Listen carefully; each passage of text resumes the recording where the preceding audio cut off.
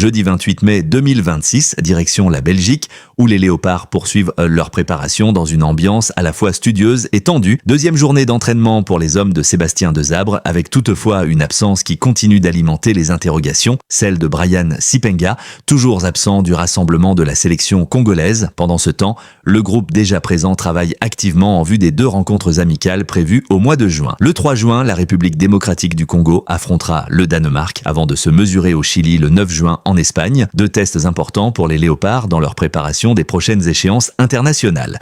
Mais alors, pourquoi Brian Sipenga n'a-t-il toujours pas rejoint le groupe en Belgique?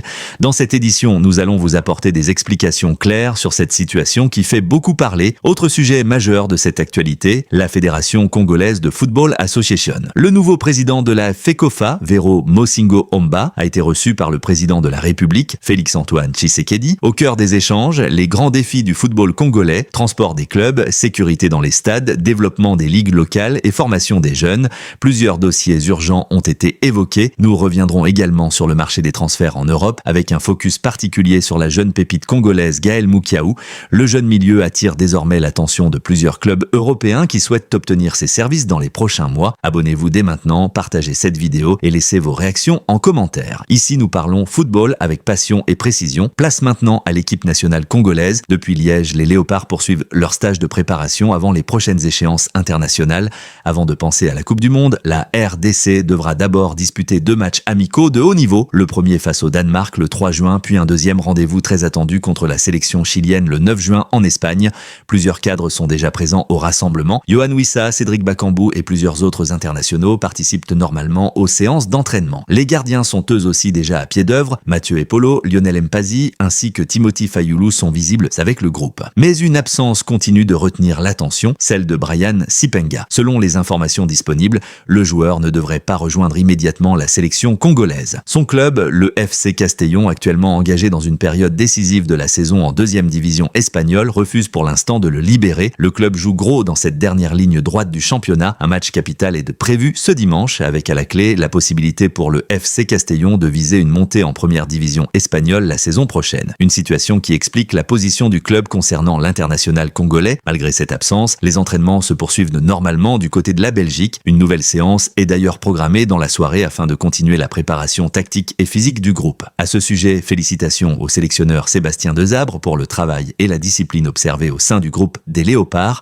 Courage également à tous les joueurs présents en Belgique, mobilisés pour défendre les couleurs de la RDC lors de ces importantes rencontres amicales. Parlons maintenant de la Fédération congolaise de Football Association, la FECOFA. Hier, le nouveau comité dirigé par Vero Mosingo Omba a été reçu à la Cité de l'Union africaine par le président de la République, Félix-Antoine Tshisekedi. Une rencontre importante au cours de laquelle plusieurs problèmes majeurs du football congolais ont été présentés au chef de l'État. Parmi les priorités évoquées, le transport des clubs engagés dans le championnat national, la sécurité dans les stades, le développement des ligues ainsi que la formation des jeunes talents, des défis importants pour relancer durablement le football congolais. À l'issue de cette rencontre, le président de la République a annoncé un appui annuel de 2 millions de dollars destiné au déplacement des équipes engagées dans le championnat national. Il a également réaffirmé l'engagement du gouvernement dans le processus de relance du football en RDC. Les discussions ont aussi porté sur l'organisation prochaine d'un tournoi scolaire ainsi que sur la tenue d'un séminaire consacré à la sécurité dans les stades. Selon Vero Mosingo Omba, 4 grandes priorités ont été définies pour remettre le football congolais sur de bonnes bases.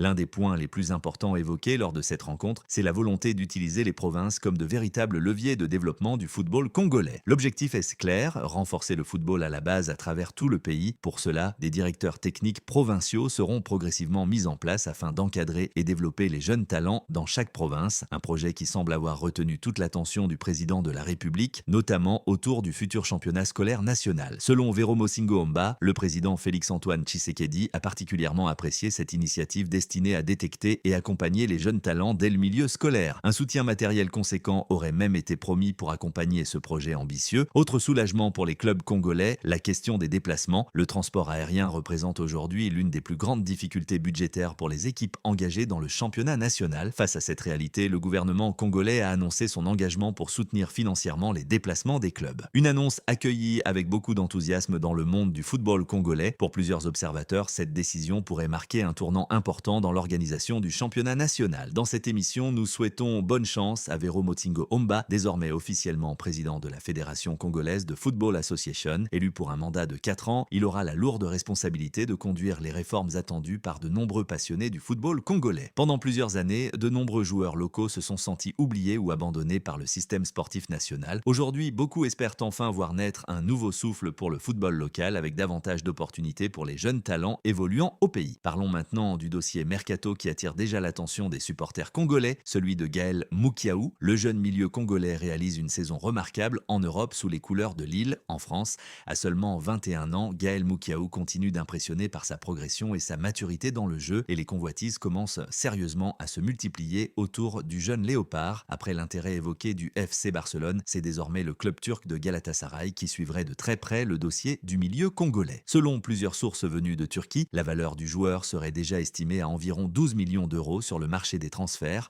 Une montée spectaculaire pour un joueur considéré aujourd'hui comme l'un des plus grands espoirs du football congolais, mais une grande question se pose désormais. Quel serait le meilleur choix pour Gaël Moukiaou? Le FC Barcelone représente évidemment un rêve pour n'importe quel jeune joueur. Évoluer dans un club aussi prestigieux serait une immense opportunité, mais la concurrence y est extrêmement forte, notamment au milieu de terrain. Trouver du temps de jeu régulier pourrait devenir très compliqué pour un jeune joueur encore en pleine progression. À l'inverse, Galatasaray pourrait offrir un environnement plus favorable pour gagner en expérience et en continuité. Le championnat turc reste compétitif et le club participe régulièrement aux compétitions européennes. Une situation qui pourrait permettre à Gaël Moukiaou de continuer son développement tout en accumulant du temps de jeu. Pour le moment, rien n'est encore officiel. Les discussions autour du joueur continuent d'alimenter le mercato et plusieurs clubs restent attentifs à sa situation. Alors, supporters congolais, quel choix aimeriez-vous voir pour Gaël Moukiaou? Le FC Barcelone en Espagne ou Galatasaray en Turquie? Donnez votre avis dans les commentaires. C'est ici que se termine cette page d'actualité sportive. Merci à toutes et à tous de nous avoir suivis. Rendez-vous dans les prochaines heures pour de nouvelles informations en direct depuis Liège en Belgique